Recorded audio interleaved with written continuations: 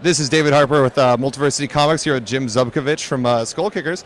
And Jim, how's con going for you so far? Con is going amazingly well, actually. Yeah. We just launched the Skullkickers trade this weekend, and it's in stores next week, and the response has been phenomenal. Yeah. It is, as far as I know, it's the best-selling thing at the Image booth this weekend. That is awesome. That is awesome. We are psyched. Okay, so one of the things when I'm reading it is because it's so different than everything else. It's just pure entertainment. It's adventure. It's awesome. Where did it come from? Where did the idea come from for you? Skullkickers is sort of like, it's taking all the things I love about fantasy, all the novels I grew up on and movies and Dungeons and Dragons sessions, and just sort of jamming it through that kind of self-aware, sarcastic approach. So it's like Army of Darkness. You know, when you watch Army of Darkness, you know Sam Raimi and Bruce Campbell love zombie movies and they love fantasy. Yeah. But it's like a love letter with a bit of a poke to it. And that's what Skullkickers is. So I love fantasy as a genre. I love those tropes. I love those ideas, but they are kind of inherently ridiculous. So let's have some fun with it. Let's poke fun at it. It can take it. And let's just run with it. Go as big and bombastic as possible. Yeah, that's one of my favorite things about the book, too. It's just kind of like with Army of Darkness. Everything is instantly quotable. I love reading that book, and it just seems like there's lines that stick with my mind. Do you like share with your friends when you were bringing it out, just see to make sure the entertainment value is up, or do you just... Comedy's tough, and one of the tough things is when you're writing it, you come up with a good idea and you think it's funny, and you put it on the page, and then you're going to see it sketched out, and then you're going to see line art and color and lettering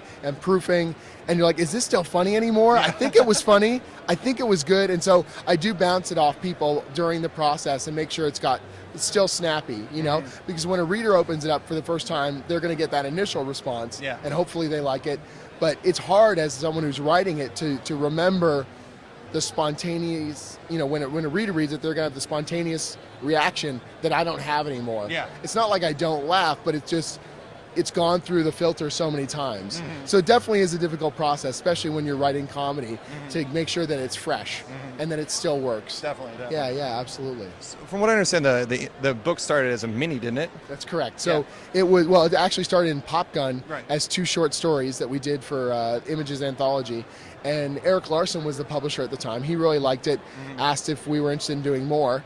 And it took a long time to get rolling. We had so many other projects and things we were doing. And finally, last year, we launched the miniseries, 5 issues. And by the time we had the sales data for issue 3, we knew we were in good shape.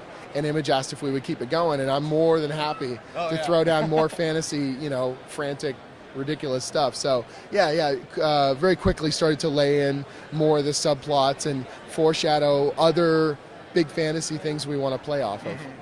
I know this is something that I've read very mixed response to. Personally, I love it, but so far, no names for our 2 leads. Nameless, yeah. So again, that was a byproduct of the fact that it was going to be a miniseries. So because I felt we had 5 issues, this whole kind of spaghetti western man with no name. So these guys come into a village, they're not going to introduce themselves, they kill monsters, they cause trouble, and then they get out. And I imagine this idea like they would go, no one knew who they were, but man, did they ever kill stuff, or something like that, kind of almost, you know, spaghetti western element. But now that we're doing an extended series and it's going to be going on longer, I want to have names in there. The joke and sort of the gimmick of it was really fun to do for a bit. Yeah. But I don't want it to be the focal point that people are like, or that the dialogue becomes awkward as we're trying to shoehorn in the fact that they have no names. Yeah. So in issue 7, we're going to have them in there, but we're going to reveal it in a really kind of almost offhanded way. It's not a focus. It's not a big deal. It just is. And we're just going to keep rolling from there.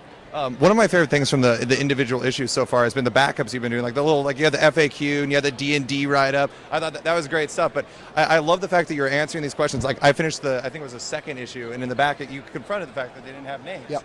And are you going to keep doing that in the future? Is that something that's going to be in there? Well, what happened was that Image told me I had 3 pages for a letters page, and I said, well, you know, letters pages, I know some people do it quite well, but the reality is most of the discussion is online. Yeah. It's on forums, it's in blogs, things like that. It's on my own website. So that's a much more dynamic communication about the book. So we've got these letters pages, we've got physical pages. I don't just want to put ads in there. How can we make the book, and especially someone who's buying individual issues, get some added value? So that content's not in the trade. It might end up in some, if we do some ultimate trade later, but in the regular trade, we're not putting any of the backup stuff. So we did the FAQ, we did some sketches in one, we did the role-playing game stats, and we did the recipe.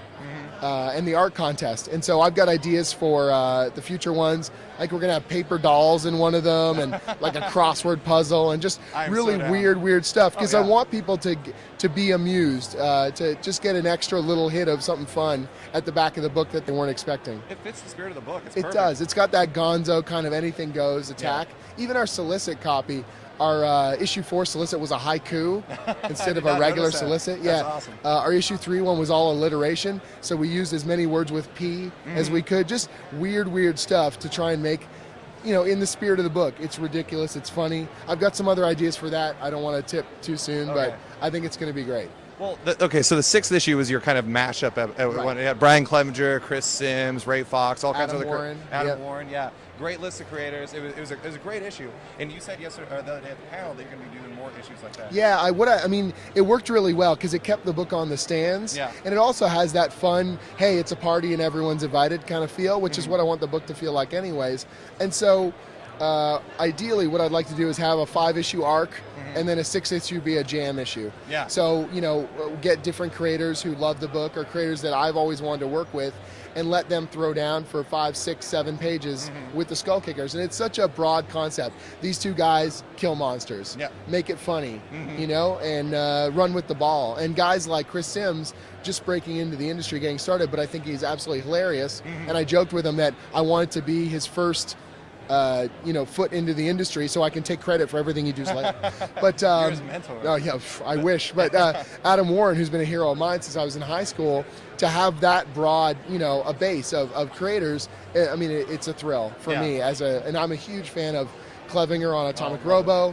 Ray Fox is doing an amazing book in Possessions at Oni. It's like getting these guys that they would spend their time doing something small for me. I mean, it was just a great experience. And so issue 12, I'm pretty sure we're going to do it again. And now that I'm already this weekend, because I'm in the con sort of mode, greasing the wheels. Yeah, hitting up creators, and some of them have already mentioned it to me. Hey, this was really cool. Are you going to do it again? And the reality is, I want to do 4 more Tavern Tales or yet more Tavern Tales, Son of Tavern Tales, all these ridiculous kind of things, right? And just play off of that paradigm. 5 issues, 6 issues of jam, our trade comes out, and that gives our regular art team lead time to work on the next arc. So at Image, you pretty much have to do everything yourself in terms of promotion of the book. Practically. Practically. What exactly did you have to, or what were your methods to really get Skullkickers out to everyone? Like, what was your big social push? I mean, the reality is, in this industry, it's difficult to get a new property attached to people. There's so much content, whether it's video or video games or movies or TV, and everyone's trying to get your attention. And comics is, it's a great field because it's so dynamic, but it's also difficult a lot of people see new books coming out and they don't know whether they should follow it, whether it's going to be consistent. The best thing we did was we had the entire first issue done, colored, lettered, 6 months before it came out. And so I was able to hit up a lot of press outlets very, very early, give them an entire issue to read, not just like a sample page or a cover, and give them the spirit of what the book's going to be about. And I emailed literally over 100 press outlets, and a few covered it. And then once a few of those cover it, other ones will notice and they'll remember, oh yeah, I got a message from that guy. And then they followed up. And then when we got a couple ringers like Ain't It Cool News covered it and MTV covered it, then all the other ones were emailing and they were all like, oh, of course we're big fans. And you're like, oh yeah, of course, because I've got such a big body of work that you're into. But it was still really, really gratifying, honestly, to finally get some momentum going. Even still, we didn't really get buzz until the first issue sold out.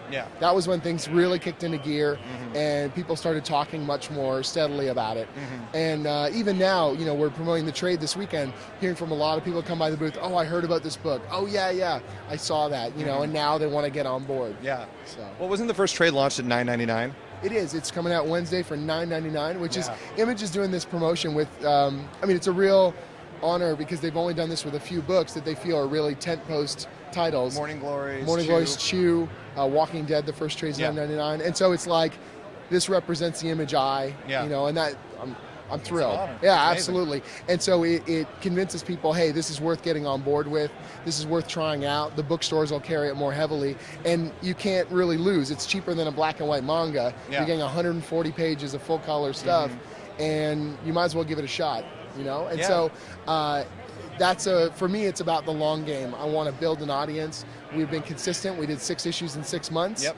We've hit every deadline, and we've scheduled out the book, and everyone knows when we're going to be there, and we're there every time. And so that's the kind of consistency that helps build an audience. You got a good quality book, it's on time, and then you've got this value price trade. So hopefully all the stars are in alignment that we can build something special. Definitely. Well, okay, so I think my last question for you is, let's say you got the mashup issues, you got all those big ones. If you could have one creator to do it, you gotta do it. You knew it was coming. Okay, that's a really good question, actually. You know what? James Stokoe, who does Orkstain, I know it's like in-house Image, so it sounds like I'm just beating the Image drum, but I love Orkstain so much. I would love James to do a short story for the book. His art is incredible. Absolutely. Yeah. So that's the first one that jumps to mind. Well, what do we have coming forward for what do we have coming forward for Skullkickers here in the future? So Skullkickers number 7 comes out in May, starts the new story arc. The trade paperback is in stores, well, probably by the time you're seeing this video, and is available everywhere. Major book chains, your local comic store, and Amazon as well. And then I've got another book that I'm hopefully going to be announcing this summer that I'm working on. Exciting. Something completely different. I don't want to pigeonhole myself. I love being the funny guy, and I love fantasy, but I want to sort of throw people a bit of a curveball, ideally, with what I've got lined up, and just keep going with the book. If we have our way, then we're just going to keep rocking it out, and we'll have a second trade by Christmas. Awesome. So you said that big announcement's coming up this summer? I'm hoping. Awesome. Yeah. Well, we can't wait. We'll talk to you then, and keep up the great work. We love it. Thank you so much. I appreciate it. All right.